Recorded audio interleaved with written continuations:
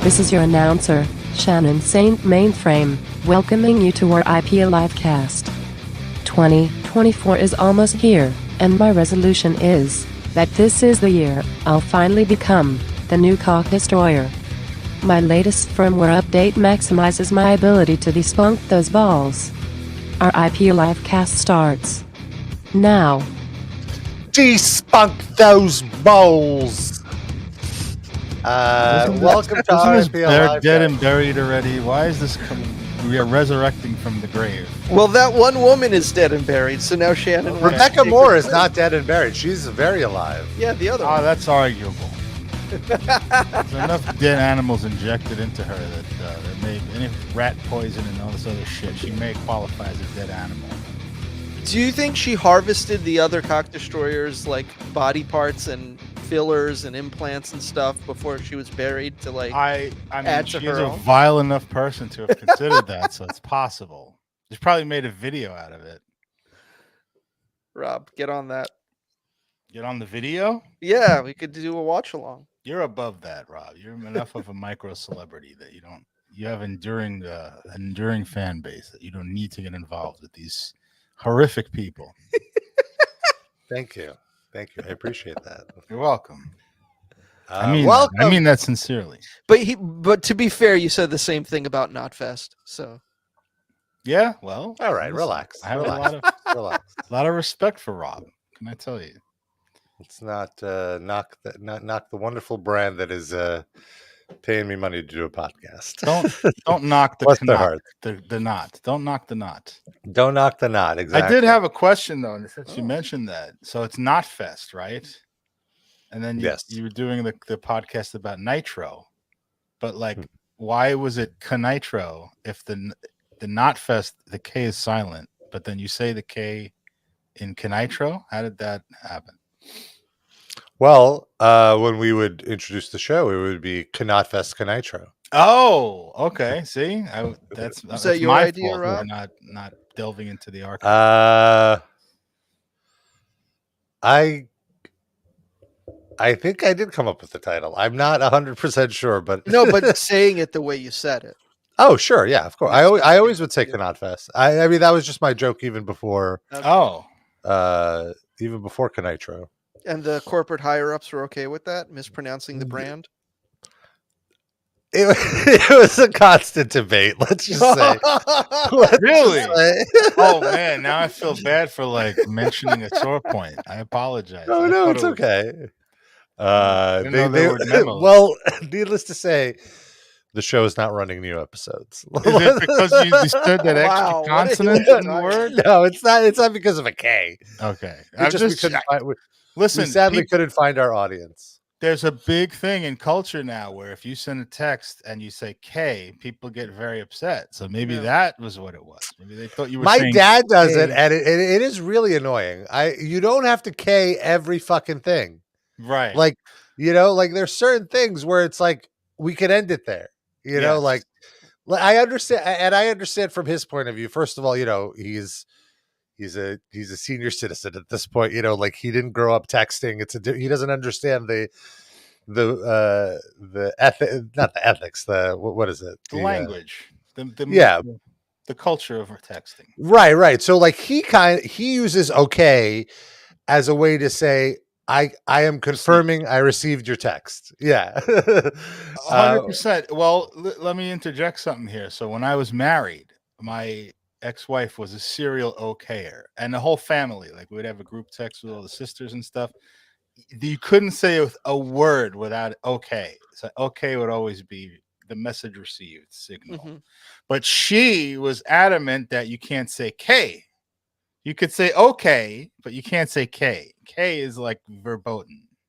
That means you are dismissing what the person said. Okay, green light. K, red light. That's kind of how it. So, Darren, I know you're an Androider, but on the iMessage on iPhone a few years ago, they introduced reactions to text messages. I get so those. You know what happens? You get a text message. Spells it out in text. It says, "So Rob Pasbani liked your thing. Rob Pasbani laughed at," and then it repeats the message. Right. Yeah. sometimes I find that just getting the thumbs up could feel so passive aggressive. Yes. Even though it is essentially the exact same thing as what my dad is doing, which is like confirmed. Like sometimes it just feels like, yeah, okay. Like that's how I read it. I don't see I don't ever mean it that way. You know what? I fall into using the thumbs up. Like I'll just put the emoji in rather than there's no formal method like the iPhone has, but I'll just give people a thumbs up. And they'll tell me later, I know you didn't mean nothing by that, but isn't that rude? And I'm like, no, well, all these old men use it because I text them for poker and stuff like that. Everything's a thumbs up. And my umpiring bosses and stuff. Thumbs up means, again, like with your dad, message received, Yeah. The younger people think you're flipping them off because they speak in emojis, It all depends on who you're talking to in the context of the conversation. Just like any written language, the same thing, Yeah, it's pretty wild. It is its own dialect now, in a way, just the emoji speak. You and I were talking not too long ago about our can I say her name? It starts with a P, the Facebook friend, a woman who was married to one of our friends from the past. Okay. And she ends everything with LOL. And LOL now is, I feel, its own thing. It's like a form of punctuation. So you're not even laughing at anything. It just becomes a period at the end of the sentence. I don't know that I can deal with a person like that. LOL is a way to soften the blow of like saying something serious. Like, oh, I'm feeling a little insulted by you, LOL. Something like that. Essentially, I feel that's stage one, and then there's a stage two where it literally just becomes a period. Like literally every sentence ends with LOL, and it's like, over to you is what LOL now. So I have caught myself in the past. I don't do it with LOL. I do it with haha. Yeah, haha is my LOL. I do that a lot too.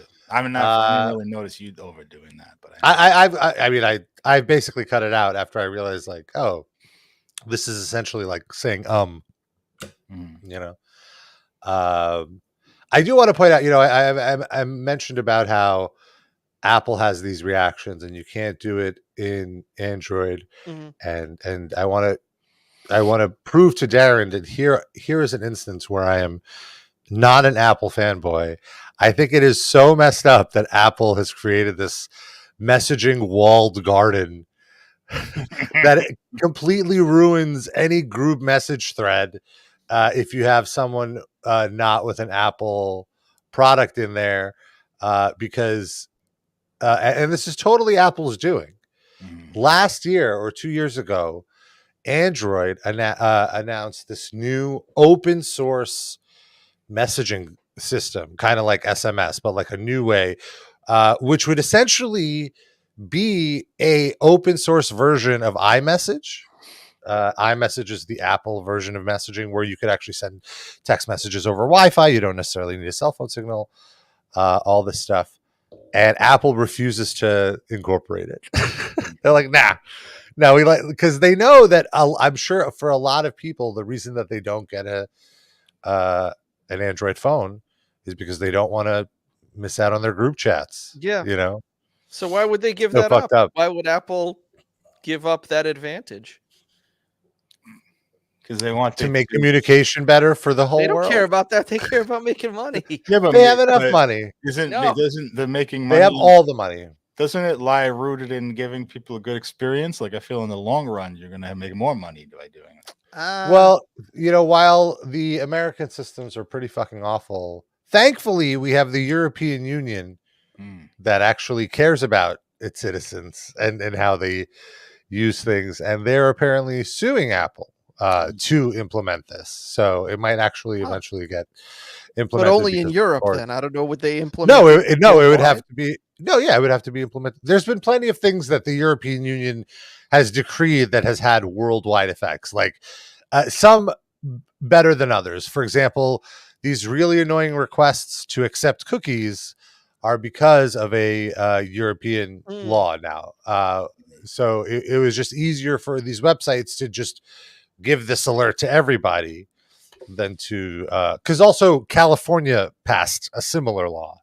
Okay. So it would take too much effort to determine are you in California or Europe than to just show it to everyone.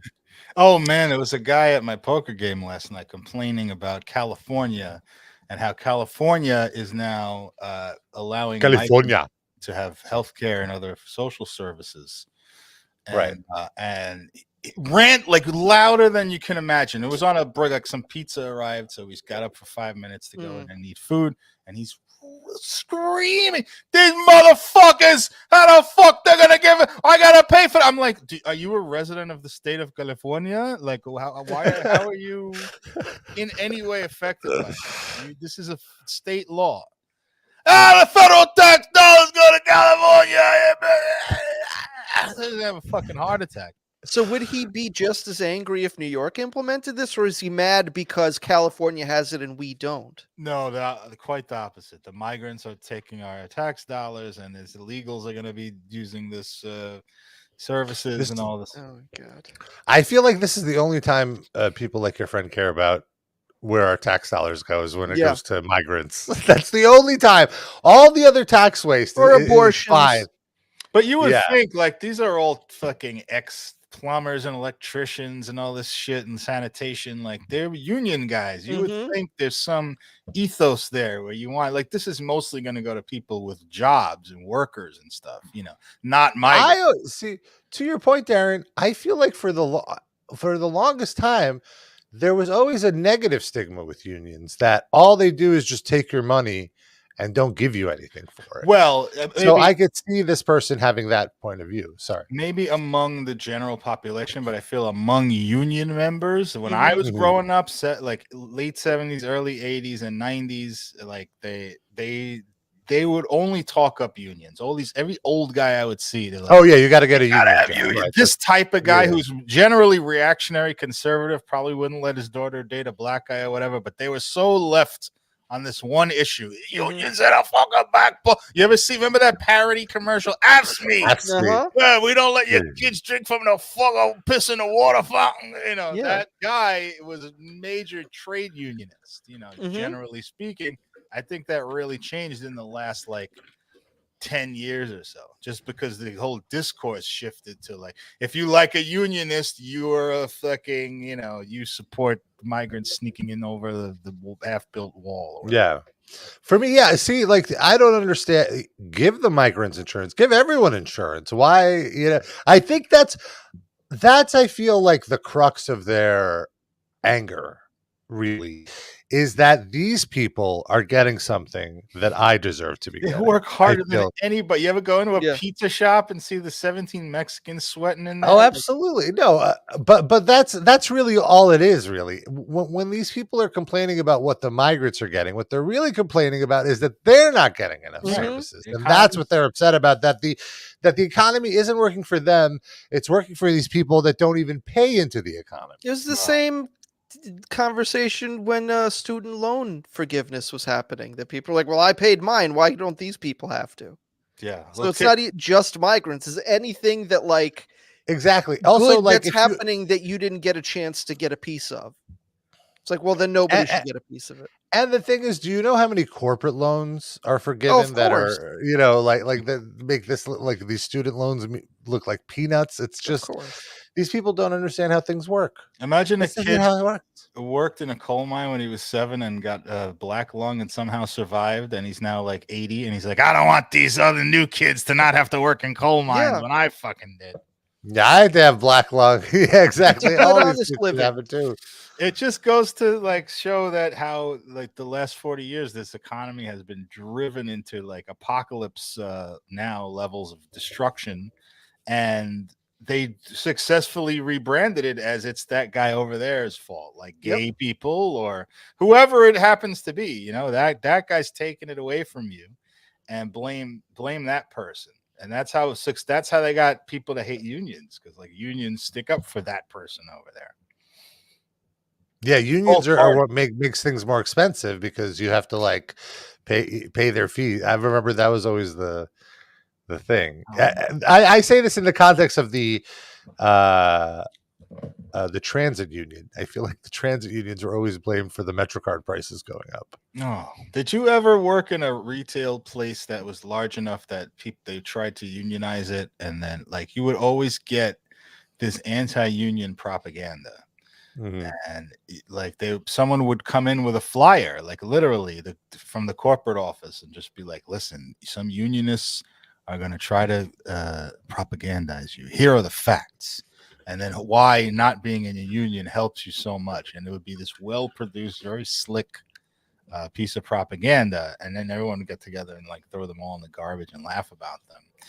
But some people would fall for it, though. That's the problem. That's why it still happens, like Amazon, Starbucks, that they're accused of doing that now when their locations try to unionize.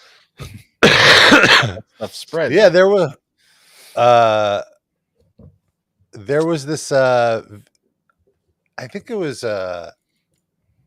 United. Was like the airline. They were trying to bust the union. And then they posted this. Oh, Delta it was. Here we go. Let me share this. I want to insult the great corporation United. Yeah.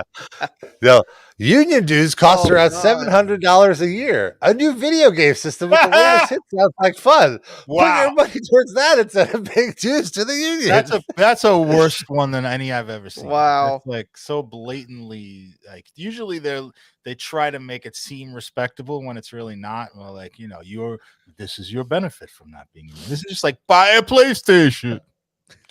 That's so funny because it reminds me of that like Simpsons thing where Homer's talking to his brain. And it's like, you idiot, money can buy you plenty of beer. You know, explain. Money can be traded for goods and services.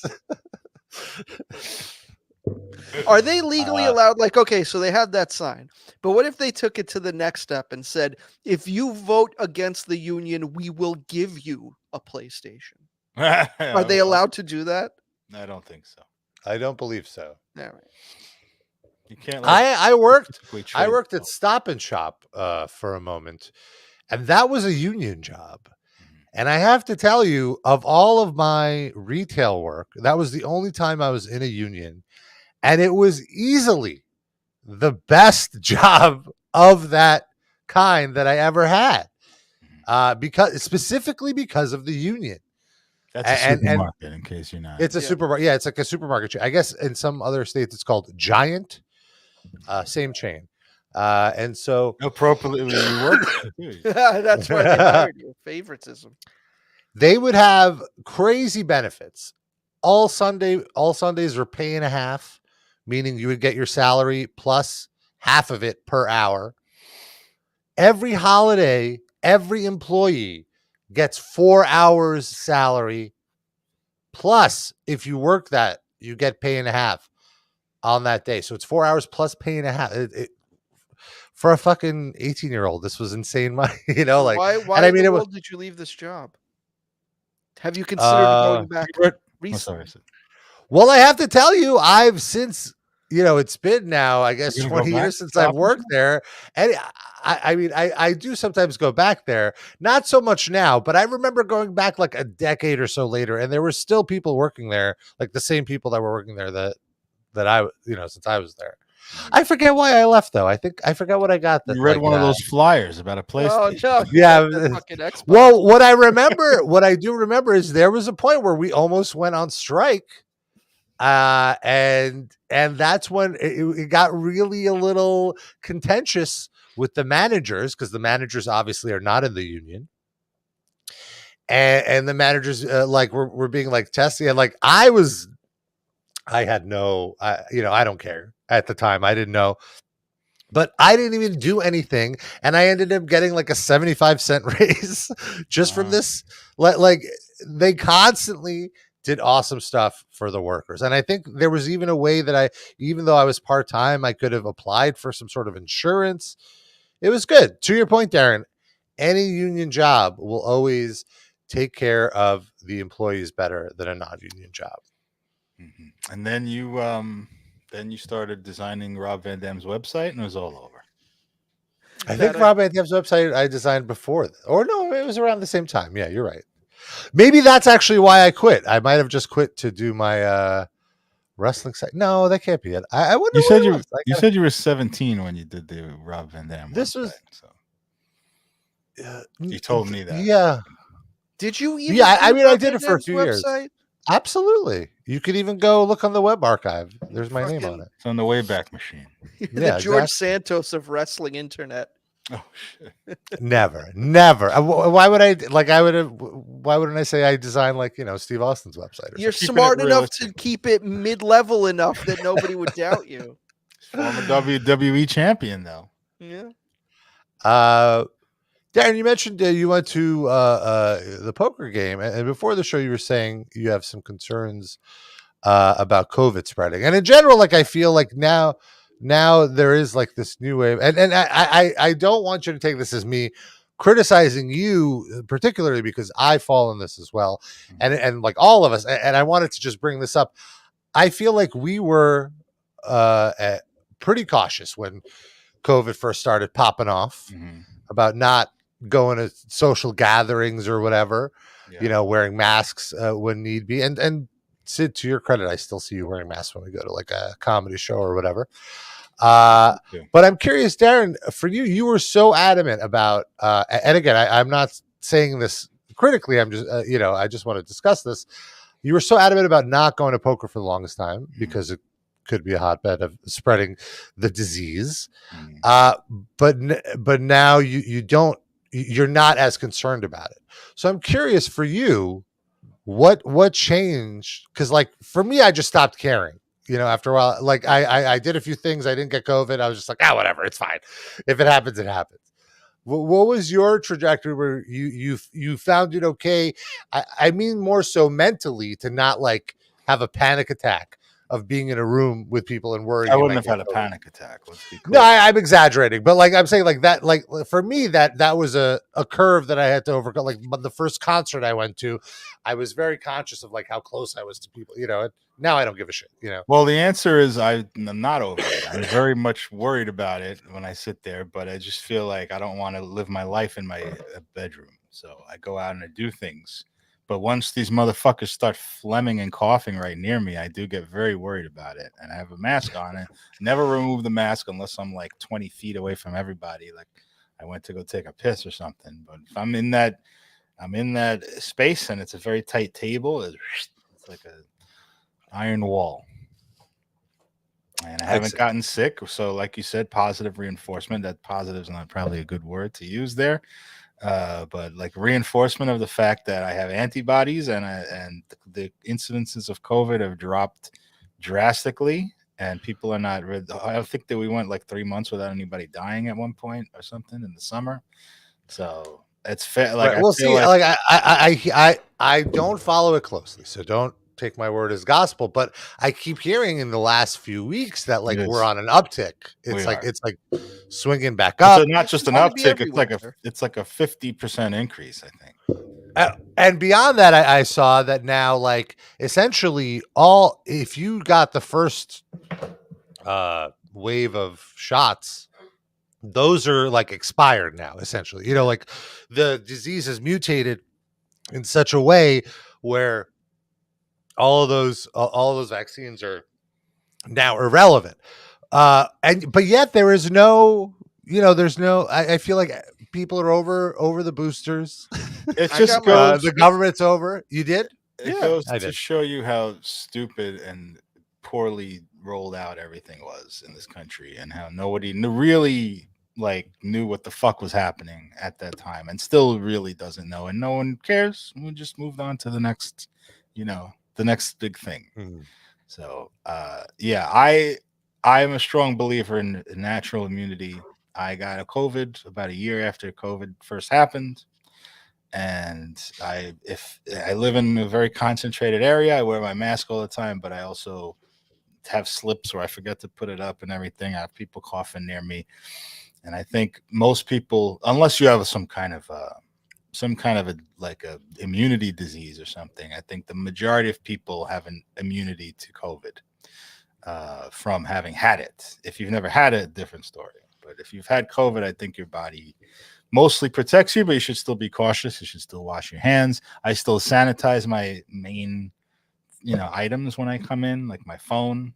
If I come in from outside, I wipe down my phone with a Clorox wipe. It takes 3 seconds. My wallet, all that stuff, And then I wash my hands very vigorously, and I wear a mask anytime I'm going to be in like some kind of unventilated place or very tight, like the subway. Never take the mask off in the subway. And it's good just for other diseases too. There's no harm in doing that stuff. But if you're cautious, I think your body takes care of you, generally speaking, like with any disease. We have an immune system, it works. Sid, what do you think? Yeah, I mean, I don't always mask up. It's sort of contextual. Like if I'm going to a concert where I'm going to be crowded around people, then I do it. And a big reason for me, and I think probably Darren, this is part of it too, is like I have an elderly mom. I have to take her to doctor's appointments and stuff, and she is immune compromised. And if I ever got sick and then wasn't able to take her to a doctor's appointment, or even worse, got her sick, I'd never forgive myself. So sure.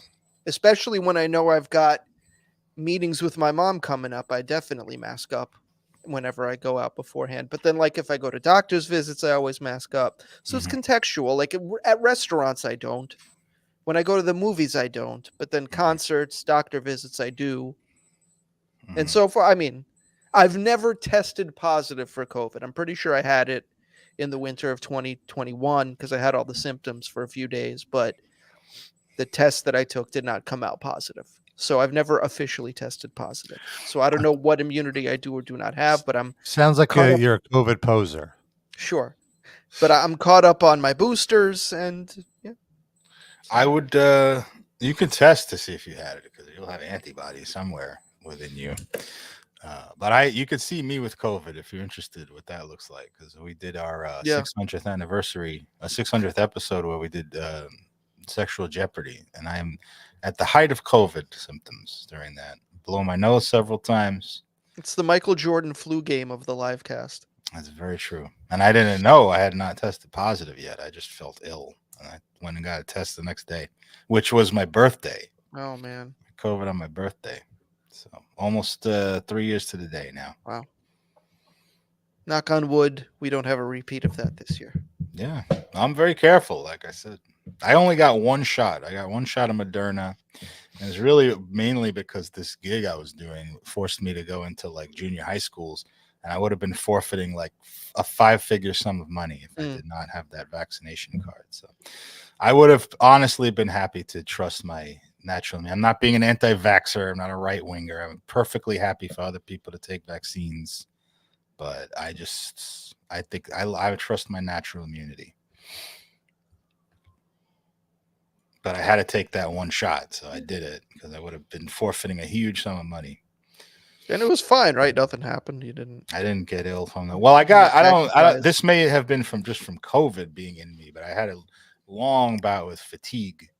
I feel like there was a long period where I just didn't want to fucking do anything, and I didn't have energy to get out of bed. After the vaccine or after having COVID? It was like, but it wasn't that separated. So I don't know which is which, but I'm not going to like, the vaccine did it like a lot of people do, but I feel like I think it may have just have been from COVID. It could have been from anything. Who knows? Maybe whatever. So, but I did, there was a long period where I physically, like any small task was like making me want to like go back to sleep, and, but it may have just been from being inside for a year and a half and then like, and then I had to do things. But also like people that have long COVID, that is a thing that they say they experience as well. So maybe that's what that was. I don't know. I don't know if I don't feel that anymore. Like I have a lot of energy now. So I don't know how long COVID works if you have it forever, but I don't have it now. Yeah. And also it cropped up out of nowhere after I had COVID. It was like, there was a brief period in between where I felt great. And then that happened. Yeah. I don't know. That's why I started like kind of being skeptical of the vaccine and like, why the fuck did I take this just for money? Like, what if some shit actually happens to me? And like that, now I feel okay. We mentioned this earlier. I wanted to play the Ask Me ad. Oh yeah. Ooh, can I give the context of what this is first? Hold on. So this is a real ad for a union that they used to run, but with a real voiceover. And then back in the 80s when there was no Google or YouTube, they would just, the editors of these ads would recut them and make them funny just to pass them around amongst the editor community. And they were like trading tapes and stuff. So this is what this is. Someone made a recut version of this ad.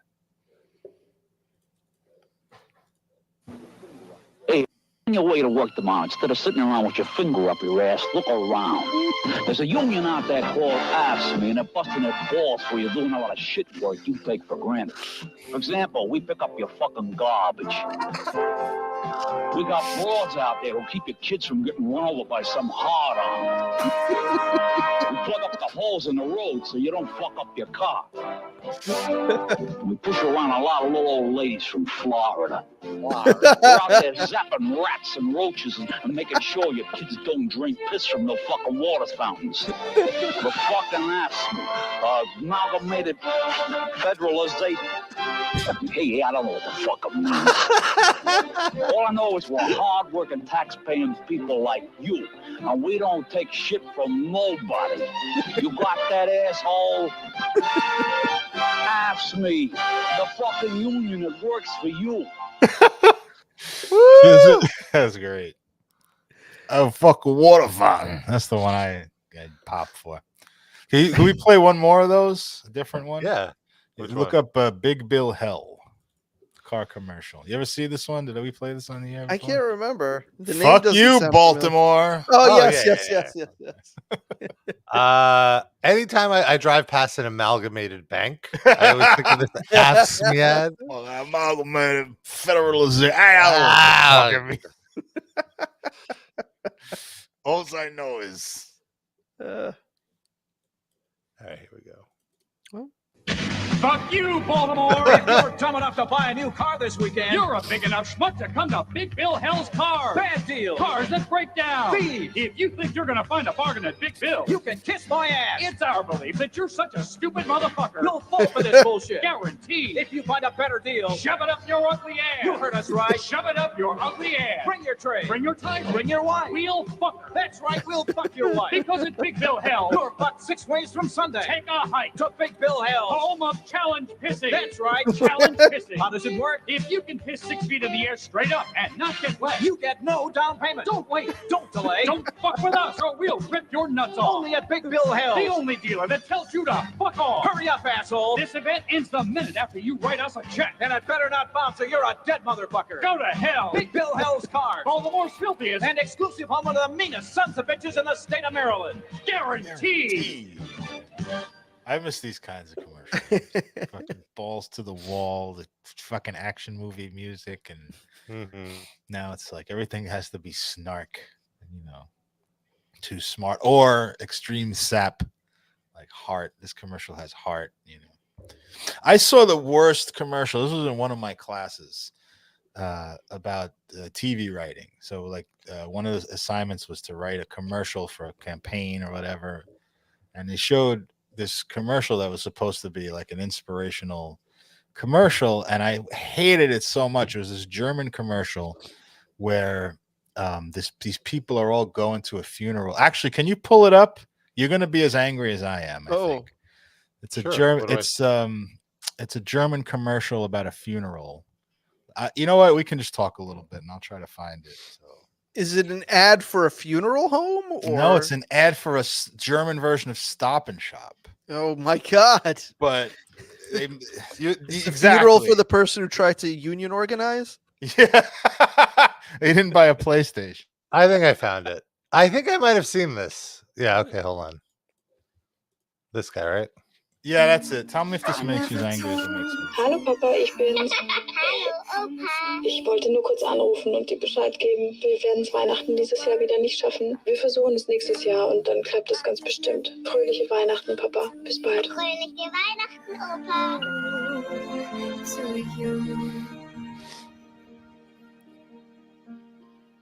Jesus. A sad German grandpa having Christmas by himself. 3 different years. So many goals Family's too busy to miss. All the shitty kids are now getting letters that he died. Oh. now they feel like bad that they didn't. Also, it's like, why can you only see him on Christmas?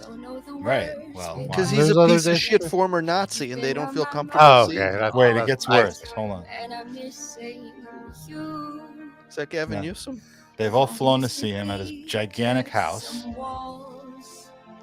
It's like, I'm just trying to watch Family Guy, okay? Can we get through? What is this? The table is set. What if he's? I hope he's there. There he is! He got him! He got him! He faked his own motherfucking death. This guy is the all-time goat of passive-aggressive behavior. Wow. Wait, are we sure this isn't a Jewish commercial? This is like something my mother would do. But this is what pisses me off about this. Fine, we get to that point. How are they not fucking screaming bloody murder? Yeah, like how are they? In my class, I rewrote this commercial with an alternate ending, and his daughter's like, "Are you fucking serious right now, you piece of shit? You faked your own death." And then the brother is like, "I had to explain death to my 3-year-old daughter, you motherfucking monster." And the daughter is like, "I thought you were going to be buried." She runs away, like everyone's miserable. I want the alternate edit where that happens. I want the alternate edit where they all freak out and think he's a ghost and beat him to death for real. I want the alternate edit where they go to the funeral first and then they realize when they come to his house that there must be someone else buried in that plot, and who the fuck did he kill? Well, this could be a whole fucking mini-series. Tell me if you approve of this. So they all yell at him, and he's like, "See, I told you nobody loves me. Listen to how they talk to me. Oh, go away. You want to enjoy your family so much." And then the brother goes, "No, Pop, I have a better idea." And then they're driving away in a Ford 4x4, and they go to bury his body. And the announcer comes on like, "Some jobs in life you really don't want to do." And it's a Ford commercial. Also, why would this make me want to go to this supermarket? Because what a weird campaign for this. This little poor frail old man was able to make this 16-course meal for his family with all the stuff that's at the supermarket, and so he could trick his family into thinking he was dead. This has to be a runner-up or a contender for the worst commercial ever made. Am I right? It's pretty. It's up there. On the one hand, yes. On the other hand, it's spurring so much conversation. Yeah, that it might be the best commercial ever. But listen, I do think that it's bad brand association. Oh, yes. Like it's very bad conversation. For the product, it's horrible. For entertainment value. How about just plain old morality? It's one of the most evil commercials I've ever. It looks like there's an Italian parody that basically took your idea, Darren. Oh, Let's really? watch this. Oh, no. So it's a recreation of the first scene where the grandpa's told that the kids can't make it. Did they kill him?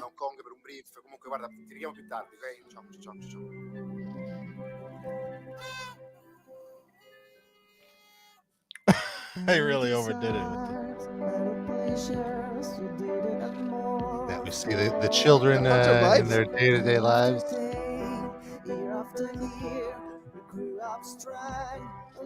I like that they use an even more annoying song. It's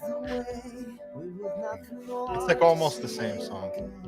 The truth is so sad, the truth is so real, but please come back, we want you here.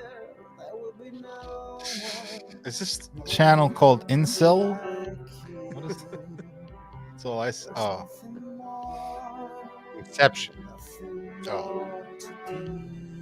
Oh, they got an actress that looks kind of like the original one. The guy looks like the original guy. Era l'unico modo di avervi qui tutti insieme a Natale. The same thing. This is the only way to get you here for Christmas. Ma vaffanculo! Oh, my fucking idea! Come cazzo ti è venuto in mente? They're just cursing him out now. Ma tu lo sai da quanto tempo cui io e Giorgio volevamo andare a Cuba, God lo sai. Abbiamo una vita, un lavoro, papà. Io sono I feel so seen now. I didn't have my like, do you know how much a last minute plane ticket costs? 2 trapianti di fegato, un trapianto di pancreas. Gente che era in lista d'attesa da mesi. Sei il solito egoista, papà. Aveva ragione la mamma.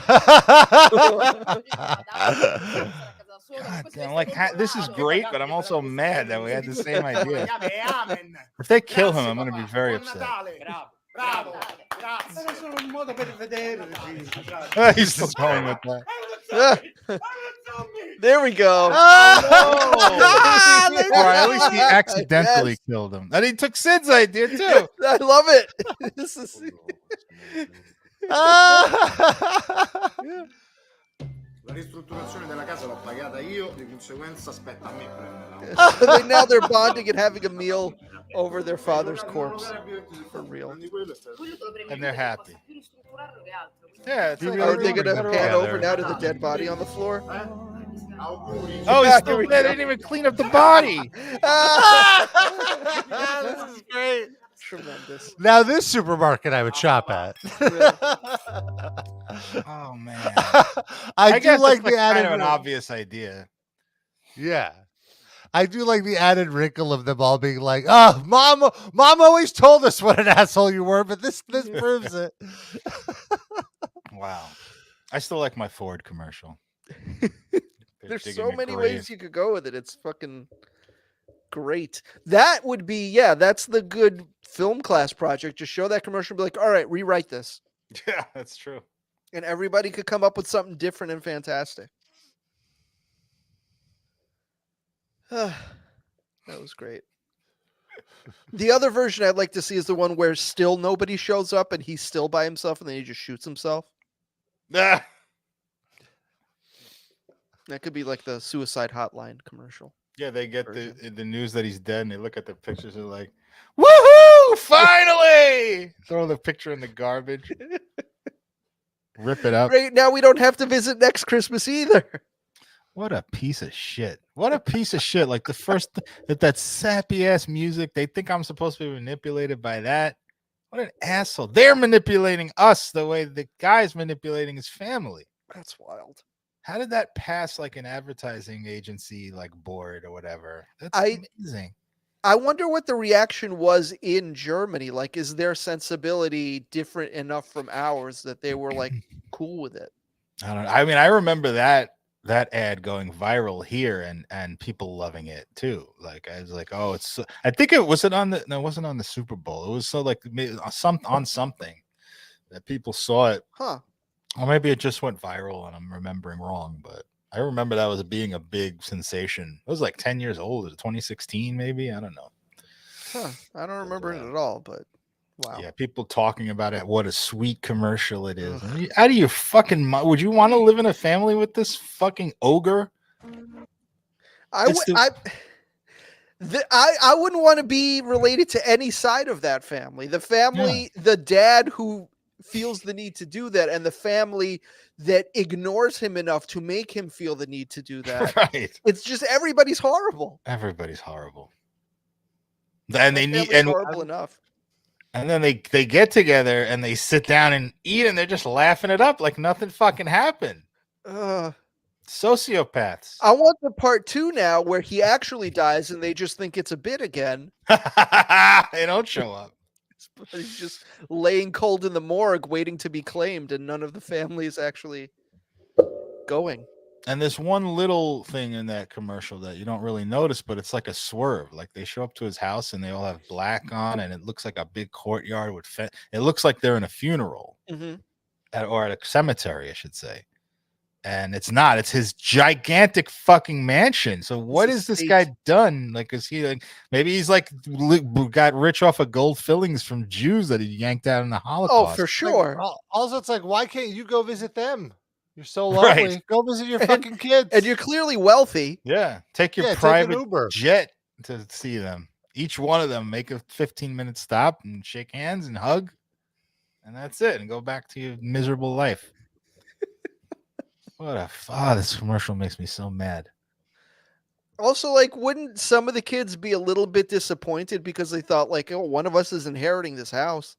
Yeah, They're right. like, oh fuck, now I still have to go back to my shitty apartment. Oh, now I got to come up with the property taxes for this shit.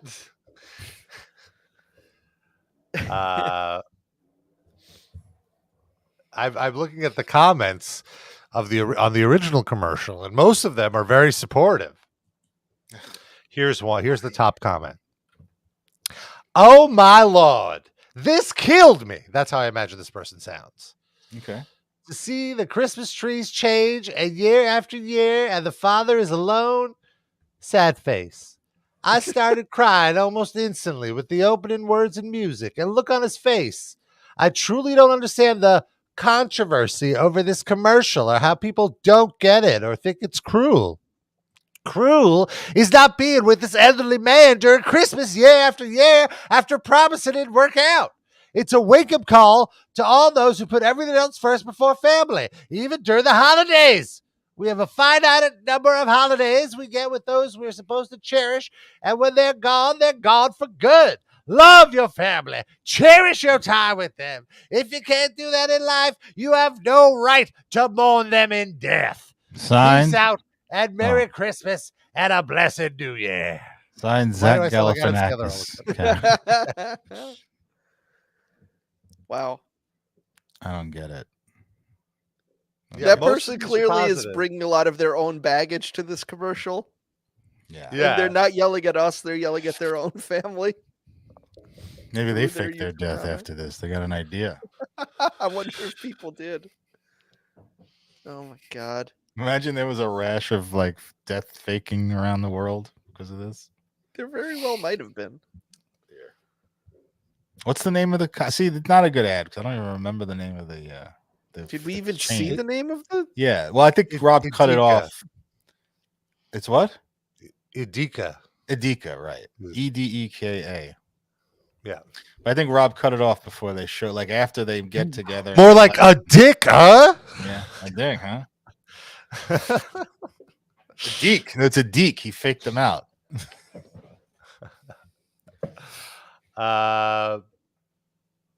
I'm so mad they made my commercial.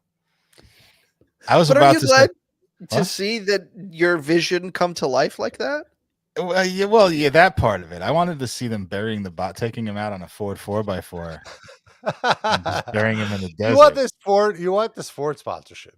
And then they went back to his house and ate the Christmas dinner that he prepared as he's moldering. Oh no, they have to go plates at the cemetery.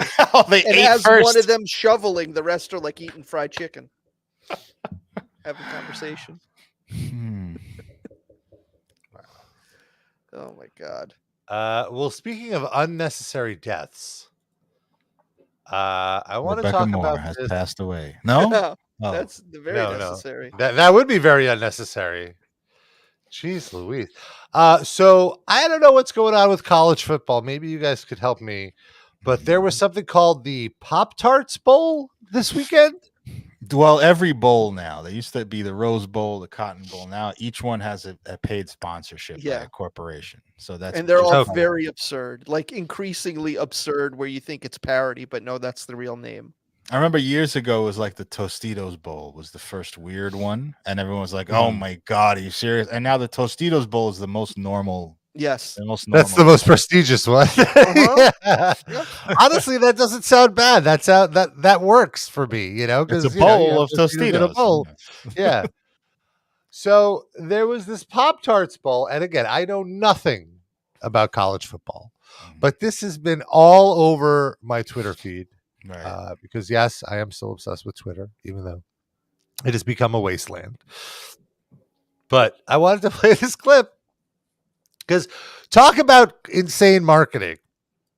Whose fucking idea was this? So it's the Pop Tarts Bowl. I guess it's the end of the game, and there. So now we see on the field there is a massive toaster, like a huge toast, oversized to like 7-8 foot toaster or something. No, it has to be like 10 feet tall based on the context here. Probably more than that. And then And then we have a anthropomorphic Pop Tart on top of it with googly eyes. We don't really need to hear the hot stuff. So this anthropomorphic Pop Tart has a sign that says "Dreams really do come true," and he's dancing. And look, I have to say, he looks so cute. And then all of a sudden, wait, what's going on? What is happening? Going to Auschwitz now. Yes. They're lowering him into the toaster.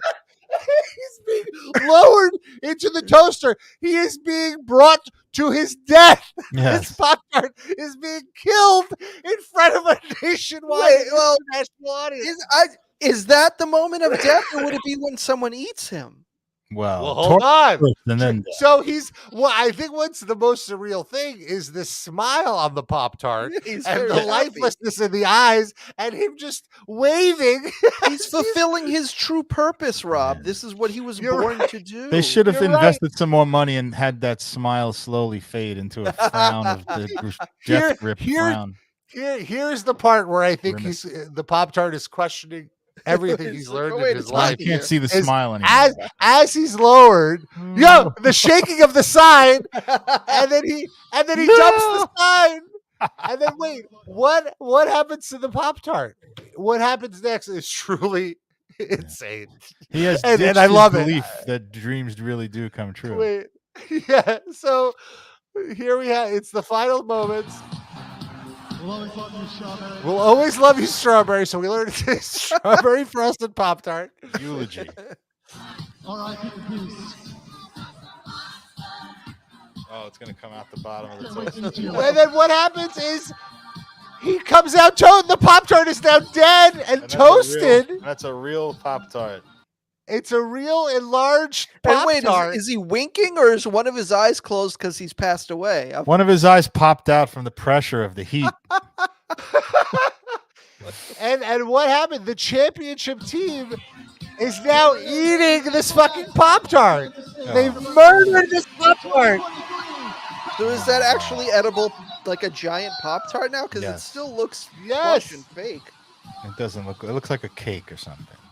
Yeah, it looks like they just put a lot of frosting. But this is insane. They're just passing around Pop-Tart. I like, Rob, how you introduced this by saying, I don't know anything about college football, as if this has anything to do with college football whatsoever. Well, that's what I'm saying. I don't know if this is a regular occurrence. I don't pay attention. I mean, it's gonna be now. Look at all the buzz this has gotten. People are talking. I will like this is what we were talking about. Where like this is great marketing because it's so insane. Like I actually want a Pop-Tart now because I've been thinking about this so much. This feels like almost like idiocracy levels of stupidity. Yes. I will say, friend of the show, Lonnie, works in advertising, and all week he's been sending me links about this because he thinks it's so fucking great and hilarious and stupid. It is. I mean, it is. It is pretty great. And then it's so unsanitary too. Oh my god! Oh my god! The final result of the Pop-Tart is pretty fucking amazing. Look at the caption this guy wrote. It's too. pretty great. It's December 2019 versus December 2023. And they have the before and after of the Pop-Tart. There's just one eye left and like scattered icing. It's really like something out of Total Recall. Yeah. Ugh. Why didn't they eat that poor eye? Why did that eye get to live? They thought that would be too far. Yeah, they wanted to save it for Jerry Orbach's nonprofit. Oh, the Pop-Tart was an organ donor? A little Pop-Tart can see now? A little Pop-Tart orphan child? That's a little inside joke for our New York listeners. I feel like that has reached national prominence. I think we've talked about it on the show a while ago. But so the Pop-Tart, again, this is truly great marketing because the Pop-Tart is now so famous there's a fan edit. I want to play this. Do his children come and say they haven't seen him for Christmas? He's actually dead. I honestly like this is Bless the Pop-Tart. Really, the image of the Pop-Tart lowering into the toaster will be burned into my brain for years to come. Now, you know what the sick part about this that didn't get reported? That was like an actual toaster, and the person was really burned alive. All right. They found someone who was like suicidal and agreed to do this. But then he throws the sign, and he really regretted it at the last second. It's too hot. So every year, that's the highlight of the bowl game. Every year, one terminal cancer patient will be euthanized. Yes. While wearing a Pop-Tart costume. Mm-hmm. The edible mascot. Oh my God. Wow. There's a pork store in Brooklyn where they have like a little pig who's the mascot, and like it says "Eat me," and I'm like, that's not. That's not. That's like fuck you, Baltimore. Fuck you, Baltimore. Home of challenge pissing. Oh my God. This part. If you're listening on audio, we're just replaying the Pop-Tart being murdered over and over again. Slow-mo and forward. I gotta watch the video, folks. You just gotta watch the video now. And then this Noah Syndergaard looking motherfucker waiting anxiously for the Pop-Tart to come out so he can eat it.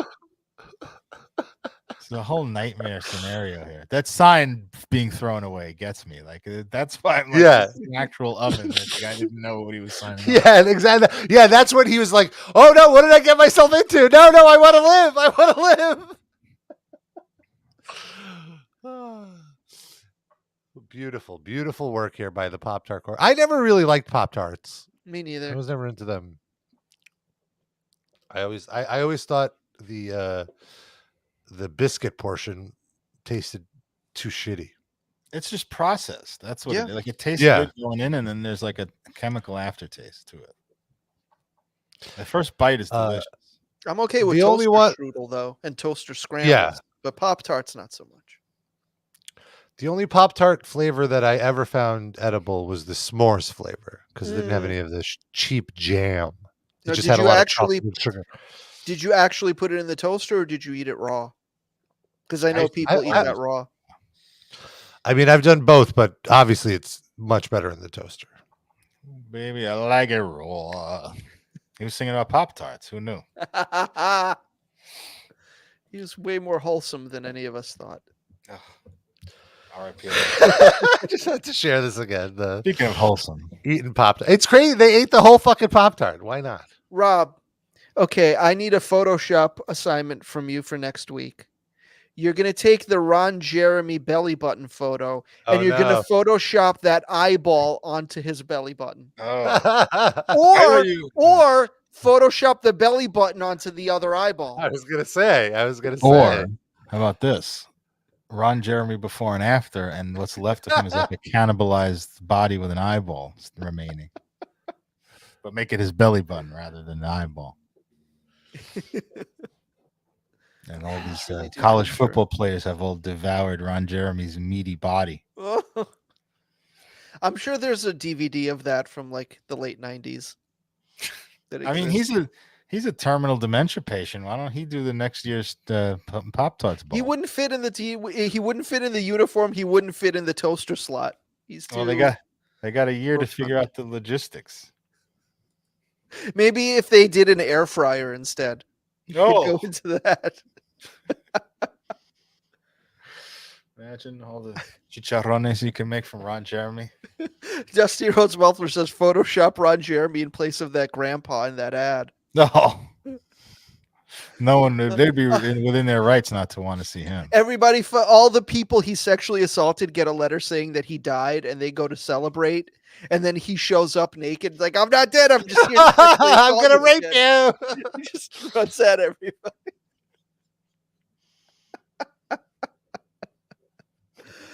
Brought to you by the Spice Channel.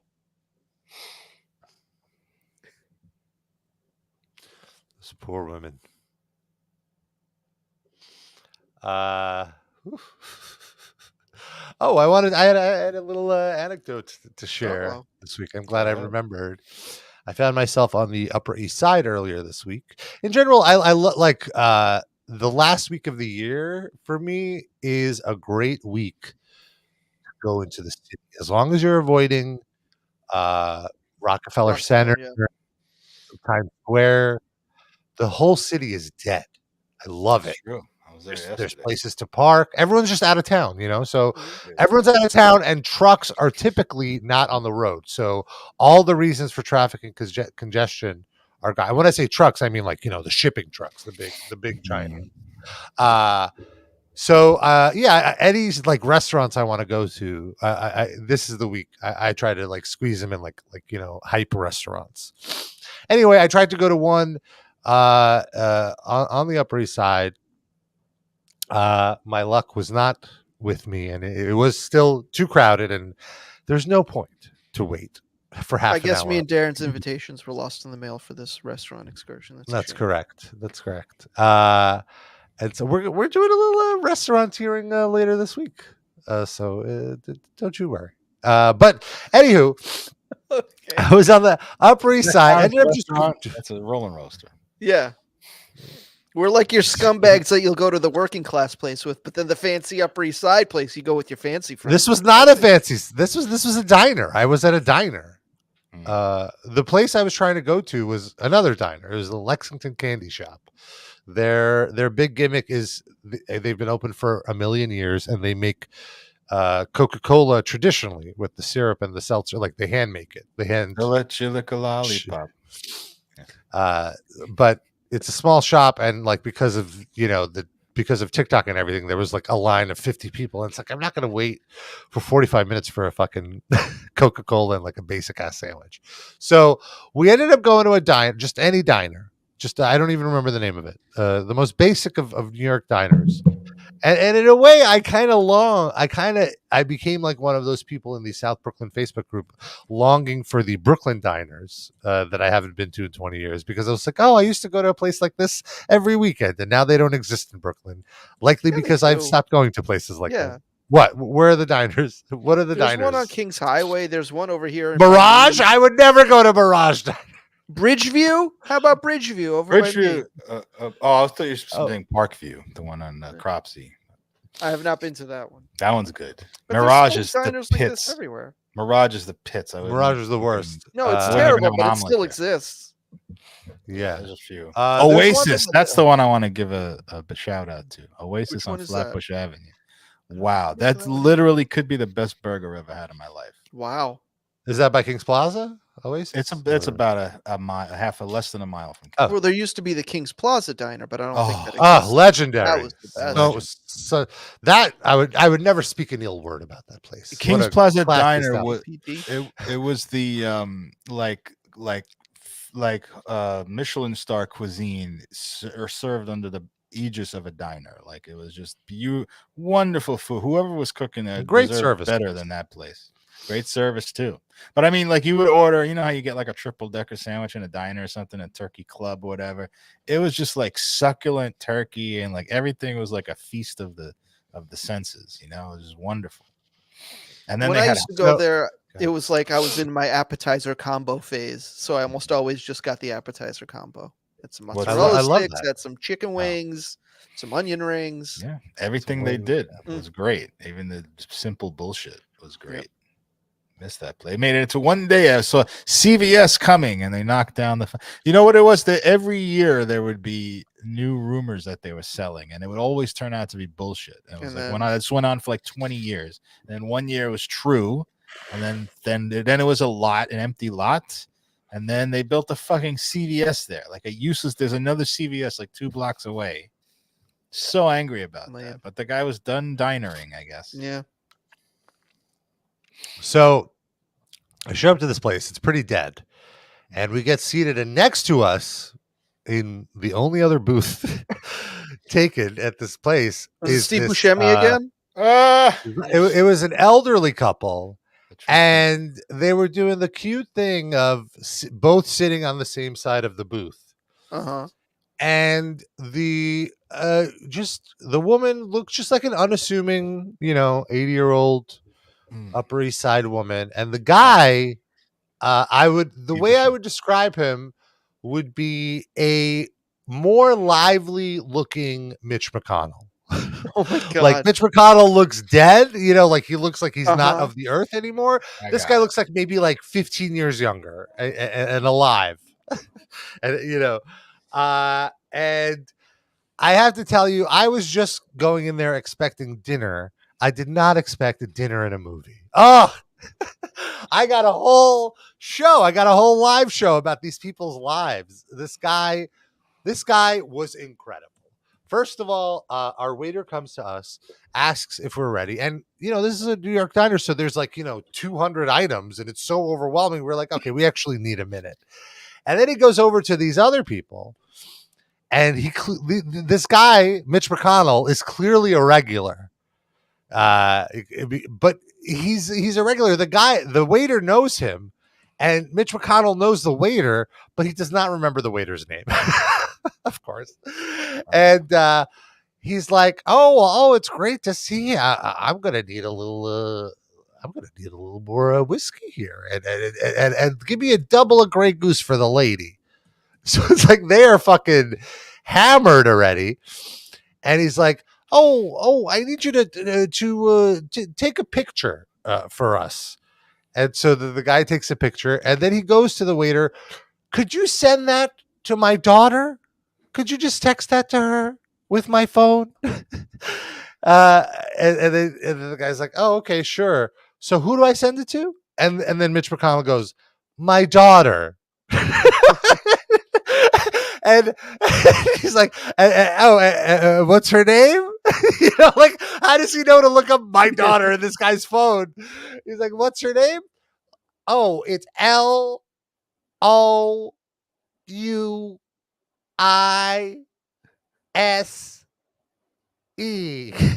Louise. Okay, I'll Google that right away. Yeah. And then he sends it. He's like, here you go. And then the guy goes, well, how do I know you sent it to her? How do I know she He's accusing the guy of being a liar? How do I know she received it? Like, I'm dying. They're like, and then he's just hogging my waiter. So I'm going between laughing my ass off and getting a little annoyed that it's been 15 minutes and my order hasn't been put in. But he's just like, this guy, he's like making him take photos. He's like checking his email. Like what is going on? Wait, he's having the waiter check his email? There was something else. Yeah. Or like send an email, or send a text. Can you text her that we're here or something like that? And when the waiter leaves, the woman who was so nice and was so patient with this guy is just like, you really should learn how to email and send photos. It's really not that hard. He's like, oh, why? Oh, I just have it. I have it. I have it. And these people did not tip. They did not tip. No, he did tip. He gave him like hard cash for doing all of this stuff. That's why this waiter is so up his ass. Before the meal was even done? Before the meal, just for doing extra cash? like, here, this is for you. This is for you. And he gave him like, I think it's 20 or something like that. All right. So I'm trying to remember some of the other stuff. So then while the waiter was gone, he was telling her about how he met with this young guy who's his broker. And he was telling me all this stuff, and I wasn't paying attention. All I know is he made me a lot of money. And then he's like, "Oh, we're gonna need to eat." Oh, the waiter comes back with the drinks. He's like, "We're gonna need to probably eat some food after this." And he's like, "Oh," a waiter's like, "What do you want?" He's like, "Oh, I don't know yet. I don't know." And then the waiter leaves and whatever. Then 2 seconds go by, and he turns to the other waiters standing around, being like, "We're gonna have to order some food. Can we do that?" The guy was just there to order you food. So the waiter comes back, and he's like, "Yeah, we're gonna have to order some food. Okay, what do you want?" "Well, I don't know yet, so I'm gonna let the lady go first." And then he basically made the waiter decide for him what to order. This guy has never made a decision in his life. I'm so jealous of this person. And then New York 1 is on in the diner, which that's a sign of a great diner. If there's New York 1 on mute with closed captioning on, Trump shows up on the screen. Uh-oh. And she's like, oh, what's going on with Trump now? And he goes, oh, you don't even want to know. You don't even want to know. Michigan put him on the ballot. Can you imagine? Michigan. It's like, what? And then it really hit me. This guy must be so fucking tanked. He must be drinking all day, just like total. It made me want to go to the Upper East Side more and eat at these wonderful old Manhattanites. Just to live, just to see how these Manhattanites live. I obviously could not leave without doing one of these photos where it's like, oh, it's of me, but it's not really of me. It's of the two people behind me, specifically for the show. So hold on, let me load this photo up. But it truly, and like, by the way, it was so overpriced. This meal, we paid like $70 for $40 worth of food or something like that. Like for two. But I guess that's what things cost nowadays. Yeah. So someone in the chat is asking if we read the chat. Yes, we do read the chat. I don't know how to pronounce your username, but there's your proof. Far's hand chops. What is that? Farsh and chops. Oh, farsh and chops. Okay. I think it's a joke on fish and chips, probably. Here's the lovely couple. Oh, that guy doesn't look nearly as old as you made him out to be in this picture. Well, his hair is a little dyed. She looks very old. He looks like John Hodgman, the PC guy from the PC. I can see that. Mac. Yeah. He made me a lot of money. Hold on, Rob. Could you read the question that was just asked in the chat? Very mind-boggling. Extremely confused. Farshad says, I was wondering, are 3D and R.A.P. Sid father and son? Who is the father and who is the son? I mean, somebody's about to be really offended. I think I look young for my age, but not that young. Shit. Same. But the answer is, 3D, you're my daddy. I'm your dad. I'm 5 years older than you. How am I? Do I look that fucking old? Maybe because I left my white in my beard today. He was 16. Who was 16? I'm more confused. I gave when I produced you as an offspring. I was 16. Oh, you were a young father. No, I would have been 5, so I don't think that could work. I'm 5 years older than Sid and 10 years older than well, hold on. Let's Farsh and Chops. How old do you think each of us are? That's the question here. Dusty thinks I'm the father. Thank you, Dusty. Wow. I like that Rob is just not related to us at all. He's just like some rando that this father and son team. I have no parents. Well, you're the old dirty bastard of podcasting. Hey, Farsh, your style. How did you find our podcast here? Oh my God, Sid, don't read that one. Well, I mean, he's not far off. He's in the age difference. He's not far off. He's just adding too many years to each of us. This is one of the first times I've ever been told that I am look older than I am. Same. It's a new experience, but I'm not offended. So he thinks you're my dad, but we're only 7 years apart. Right. You're 55 and I'm 48. Maybe he's just saying that after we told him how our difference in age. Even though I gave it to you 5 and you still fucked it up. Farsh, how old do you think I am? I think I just said that too, but he may not have heard it. Darren, now that this is the last weekend of your Rob looks 28, he said. What the fuck, Rob? You paid this guy. This is a plant. It's really me. Yeah, I want another computer. Account. Yeah, new tab in his browser. Yes, the last weekend of my life. Weekend of your 40s, not of your life. Toy. Well, Rob's driving us to lunch on Monday, so who knows what happens. As I am in my first year of my, I was wondering, do you have any advice for this next decade? Yeah, don't die. Stay inside. Okay. Wear a mask at all times. I don't know. Advice? So for what kind of advice? I don't know. 40s, you mean? What have you learned? I don't know. I don't think I'm in a position to give you life advice. You're like a retiree. You've already been successful. I'm still struggling to figure out what I want to do with the rest of my life. So I don't think I have any advice for you, but I wish you lots and lots of good luck. You're a very inspirational person. What about like oh well, thank you. I'd be more like I feel like as I get older, things come into perspective more, and then like also just the passage of time almost feels shorter. Like 20 years doesn't feel as long of a time for me now as it did 10 years ago, because it's less of a chunk of your life now, right? Yeah. So do you have anything like any kind of things like that that have came into focus for you? I don't think they come into focus. I think I just think about that stuff all the time. Like I'll have a memory that'll float across my mind, and then I'll realize that was fucking 40 years ago. You know, I feel like I was just thinking about when my grandmother passed away, and I was in 4th grade, and I was 10. I don't know what made me think of that, but I was just thinking about it for a little while, remembering her like fondly, and I'm like, that was fucking 40 years ago what I'm remembering. And it feels like yesterday. It almost feels like it's, like a wormhole. Like you tape the two ends of a paper together and it's like that, and it's like you're there again, but it's all this wide gulf of time. So I don't have like really good advice when it comes to that, but I do reflect on that a lot. Rob and I will always send each other something like, it's been 25 years since this WWF match. Do you remember this? How the fuck is this 25 years ago?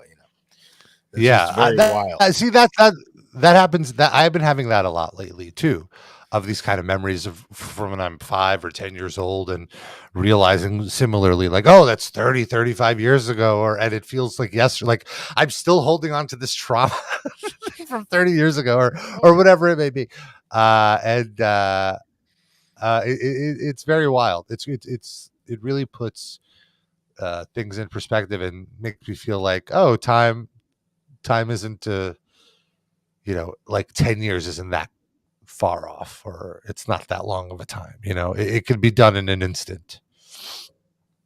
Like it's going to be the 20-year anniversary of Metal Injection launching on Monday, and that to me doesn't feel right that it was 20 years ago. Take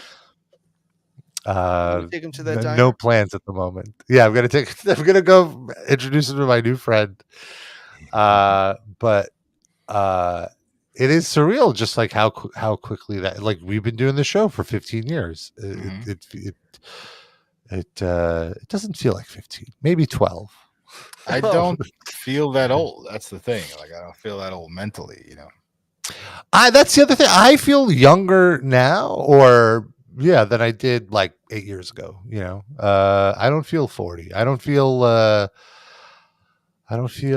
like it's. I don't feel the way I thought 40-year-olds would feel when I was like 32. Like I just remember, I mentioned this on the show before. Like when I was in my late 20s, there would be guys in the scene that were in their mid 30s, and I would almost be like, guys in the scene, I mean like people working in the music industry that I'd be hanging out with. I'd be like, oh man, they're so old, like, oh, how are they still hanging around? And now I'm past that age, and it's like, oh, like what was I judging? It's kind of amazing, like, and Farsh just kind of alluded to this, and whoa, 15 years. Like, yes, we have been doing this thing for 15. It wasn't always video. It used to be a regular podcast with no video, but even that, we would meet up once a week, every week for at least 12 years. Like how long do we? 2000. Well, December 2008 to 2000 when COVID happened, which is when we went to doing it in our house, which we never stopped doing. Yeah. So that's 12 years. Yeah, almost 12 years. Mm-hmm. And there's lots of archives, Farsh. If you want to check out the archives, there's 15 years of show you can listen to and watch with some very wild times and moments. Rob, do you want to read his guesses about each of us? I don't know why he's guessing that we have different names than our actual names. I don't understand what these guesses are. Well, he doesn't like. He doesn't. You have your. Well, Rob has his name in his internet handle, but Sid, you and I are using pseudonyms. So, I mean, I sort of am. It's my Twitter handle, but my name is in there. I could see someone not picking that up right away. Yeah, but Rob's especially, it's just like, yeah. Why would he make up Rob Pasbani as his Twitter name if that's not his actual name? Very specific. But he says that my actual name is Norman Stewart Fish. And I'm 48 and I work as a golf instructor for a few days a week. And the other 2, I do shifts at a comic book store. I feel like that's an attack. I feel like that's an attack on me. And my golf instructor, no. Sid does not like activities. Golf Big is sports, very especially not passive, golf. but yeah, no. And also you'd have to go outside the house. Yeah. Maybe Wii golf. Is that still a thing? Oh, the Wii.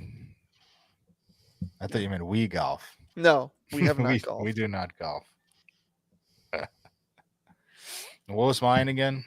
Your name is Joe Milton. You're 55, and you're a driving instructor who has the highest student fail rate in your town. That's a very insulting comment. Yeah. Why do I suck Shots at my are job fired. so bad? Yeah, at least you got to work around comics and stuff. And then Rob, his name is Jerome Rodriguez. He's 28, and he works as a shoe shop salesman. That's the worst one. You're like Al Bundy. Jerome Rodriguez. All right. Rob, you're like the least Hispanic person I've ever. Opa, mi llamo Jerome. Wow. Yeah, so you really missed the mark on our ages and what we do with our lives. We're all very offended. Let's talk about our Spotify picks. Every week, we each pick a song. We throw it on a playlist that we like to call the REPL Livecast Music Break. You could search for it on Spotify. There's over 600 songs, 40 hours of music. Some of our guests in the past have picked songs as well. Mm-hmm. Yes. And this week I picked a song. I talked last week about seeing Madonna, and I've been listening a lot to her back catalog. I made a whole playlist called Madonna Rabba. And I've recently switched from Spotify to Apple Music. And I don't know how I'm feeling about it. I might switch back. Wow. You're selling out Apple. Two things this week. Yeah, I don't like. There's a few things with the software with Apple Music that makes it less consumer friendly than the Spotify version. I switched to Apple because I heard that the quality of the audio is better, and I will say I notice it in the car, not so much when I'm listening on my Bluetooth headphones. Let me throw this in, by the way. When we first started doing this show, we were just talking about how it was in person.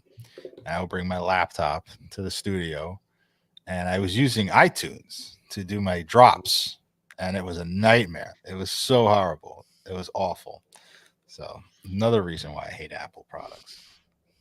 Not just to be a dick, like, oh, I don't like Apple, fanboy. Like I had the times when I've had to use it in my school as well. When I have to use a computer, all the computers are Apple. Oh, really? Macs. Yeah, almost all. There's a few that will have PCs, but it's like all the computer labs have just Macs everywhere, and it's really fucking annoying to do stuff on there. So anyway, sorry, Rob, cut you off. iTunes is abysmal. I will give you that, and Apple Music is essentially the modern iTunes. Does iTunes still exist in some form, or is it they just roll? It's just called it. Yeah, it's called Music now. Okay. It's just they've combined the streaming app and iTunes. I guess like KFC, they don't want people to think you can only use it for tunes. Yeah. Yeah. So this song "Everybody" is the one that's been in my head the most. Everybody. No, not that one. Okay. That is a great song. Next week. Yeah. Everybody. No. No? Okay. Yeah. Everybody get up and dance and sing. Everybody come on and move your thing. Make the music take Take your shirt off, Rob. Come on, swing it over your head. Oh no, he's really doing it. Oh my god, he really did it. Everybody, put your damn shirt on. It's like Will Ferrell in Old School. We're going streaking. We're going streaking, folks. But I'm a fond very too. Look at how small my titties are. Oh yeah, that's a definite change, though. Yeah. Farsh is probably thinking we take our shirts off every week now. The most sensitive part of your dick. Give it to me. Oh, Sid, what's your pick? I haven't picked a ska song in a while, so I don't know why, but it popped into my head this week. So I picked a song by the band The Toasters, which are a long-time New York-based ska band, and one of the few that I tolerated that wasn't like ska punk, but actually ska, and I didn't hate them. And the song is Little Hidden Secrets. Fun little toe tapper. Darren, what's your pick? Well, first of all, I watched a movie recently that's about 7 or 8 years old that I didn't know existed at the time, called Roxanne, which is based on the Roxanne Shante saga in the 80s. You know this, Sid, right? Is this on Netflix, or they did a series about her? It's a Netflix movie. It's a movie. Maybe there's also a series. I don't know. Maybe it's the movie that I'm thinking of. Got Nia Long and Mahershala Ali. Oh, wow. And and it was a good cast. I really hated this movie. It just did not tell the story. I feel it told it in a very exploitative way. Like, this is a very fascinating story. It was like this 2-year-long saga. This one crew started like talking about this girl who stood them up, and she's a real bitch. And then this other producer found this 14-year-old girl who was a rapper and got her into this beef, like as if they were talking about her. I think she was supposed to show up at this original like recording studio, and she didn't show up, so they blew her off, and the first group started talking shit about her, and they got her to rap, like to do a diss record about them at 14 years old, and she was really good, and it blew up, and that was Roxanne Shante. And then they went back and forth. It was like the first major like viral hip-hop beef. That there were others before, but that was the first one that caught like national attention. And it's this fascinating story how she was exploited, and like you had famous rappers like fucking KRS-One dissing this girl when she was like 16 years old, just viciously calling her a hooker and stuff. Like, just a wild story about how she got fucked up in life because of this. She's like 50 something now and does interviews about it and everything. But great story, and they fucked up the movie. The movie they made it into this like very paint by numbers, like black woman struggle against the system and all the bad men influences in her life. But it was very generic and just very dull. It became a movie that you've seen like 150 times rather than that's a shame. This specific story, which is very interesting and incorporates some of that stuff. So I did not like the movie, but I played the song, the first song that she put out as a diss record, which is called Roxanne's Revenge, which is very good. This is a 14-year-old girl rapping this, which is insane. I have a lot of respect for her. She's an awesome woman. You should check that out. And don't watch that movie, but look into her. There's been a lot of like just guerrilla YouTube videos that people just put together like about her, or just found footage clips and stuff, which are great. It's a great story. There's even a Wikipedia page called the Roxanne Wars, which makes it sound like the fucking Peloponnesian War. Dive into the hip-hop version of that. Yes, if you look into that, there's a lot of good links that you just go down a rabbit hole and learn the story, because it's an important part of music history. I have some bad news, folks. Your shirt is still off. No, that's great news. The giant Pop Tart has been canceled. He's been spotted. That's not bad news. Right. But he's alive. No, this is from January 6th. He was alive then. This is happier times for him. Oh well. By the way, R.I.P. is for the dead Pop Tart. Rest in Pop Tart. And also Jerome Rodriguez. R.I.P. Jerome. Oh no! Oh, Rob, don't put your shirt on. It's chilly. It's chilly. Turned on. You got to pay for that. On your OnlyFans. What's the address for Farsh? Is Farsh still here talking? He's still commented around. on my Did you reevaluate Rob's age now that he took his shirt off? Does he look younger? Yeah, that's good. You say he's 21 now? No.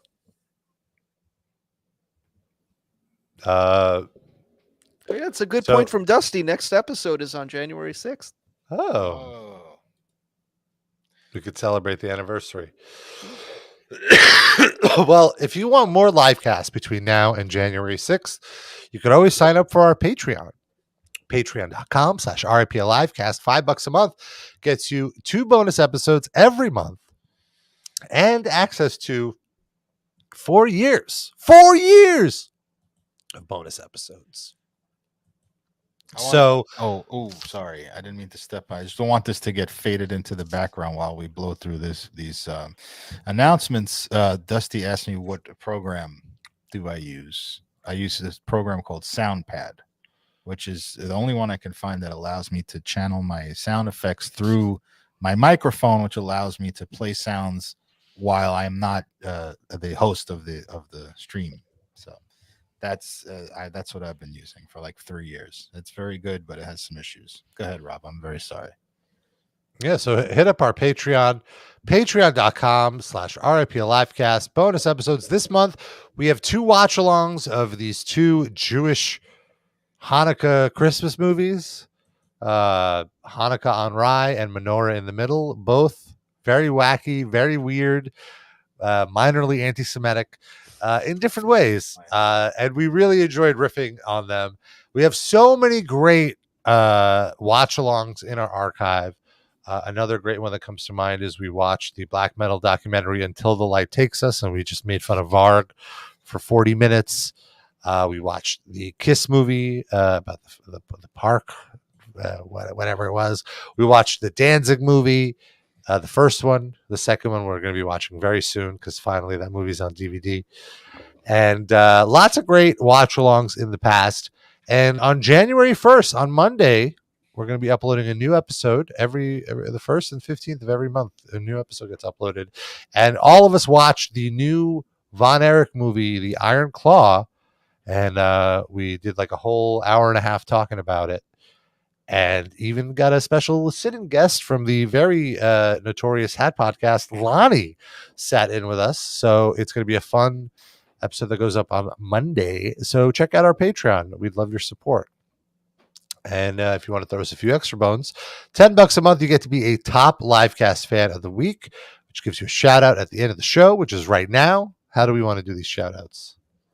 Do you want to shout out each person and say what their diner order would be? Sure. I want to give a big shout out to Eric. He's getting chicken fries, not chicken fries, chicken tenders. He's just getting the chicken tender appetizer. He doesn't want to have too big of a meal. Benjamin, though, he's getting that appetizer sampler that Sid loves. Ooh. Got the jalapeno poppers, the mott sticks, the zucchini sticks. Ooh. Got some wings. Fried mushroom caps. Oh, this place is fancy. Dan R. is risking it by ordering salmon. Oh, no. You do not order salmon at a New York diner, but Dan R. wants to risk it. Mindy Mayer's Kippa, she's going with a large bowl of matzo ball soup. It just works for her. Shasur Sasusits, he's going with a roast beef sandwich, extra Russian dressing on the side. Hugo likes tacos. Surprisingly, orders the hamburger. He just likes to go traditional at the diner. You make a hamburger, you make French fries. Lando Dex asks for pollo guisado, and they're like, "What? No, sir, this is a diner." But they still make it for him. LaCroix just wants a large seltzer, no ice. Corey and Scotty H, they both get hot dogs with seasoned curlies. That sounds dirty. Erin, she's going for the triple decker.